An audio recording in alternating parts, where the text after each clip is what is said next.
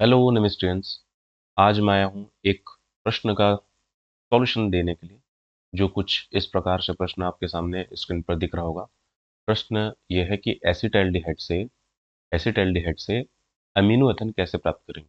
English में भी यहाँ पे देख सकते हैं, हमारे पास एज रिएक्टेंट एसिटाल्डिहाइड है, वहां से हमको क्या प्राप्त करना है, अमीनो एथेन हमको एज अ प्रोडक्ट हमको प्राप्त करना है।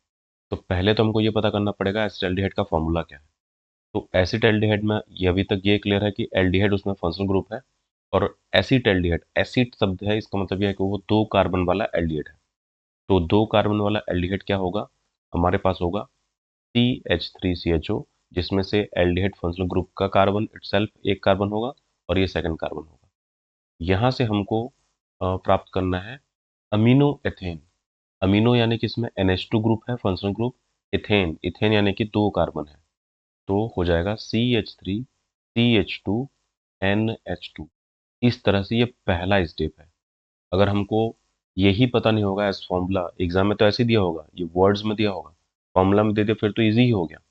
तो हमको पहले तो ये पता करना पड़ेगा कि एसिटाल्डिहाइड क्या होता है, अमीनो एथिन क्या होता है, और यहाँ से ये कैसे प्राप्त करेंगे, ये पहला काम है। इतना अगर सॉल्व हुआ, आगे का फिर रास्ता आसान है। हमको क्या करना पड़ेगा, यहाँ से जो ऑक्सीजन फंक्शनल ग्रुप है वो हटाना पड़ेगा, किस तरह से, अपचयन करना पड़ेगा, और अपचयन करने के बाद उसमें एमीन ग्रुप को जोड़ करके NH2 लाना पड़ेगा। तो चलिए देखते हैं अब कन्वर्जन को।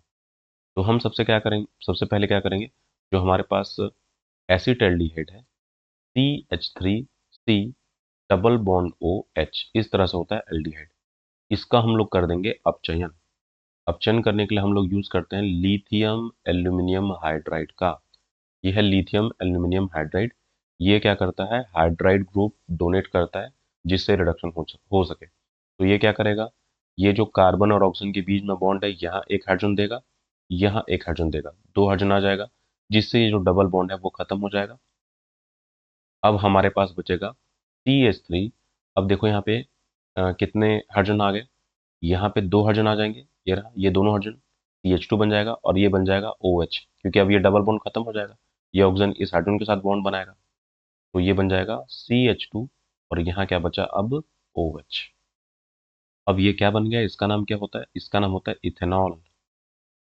क्या बन गया ये, इथेनॉल। ये पहला स्टेप है।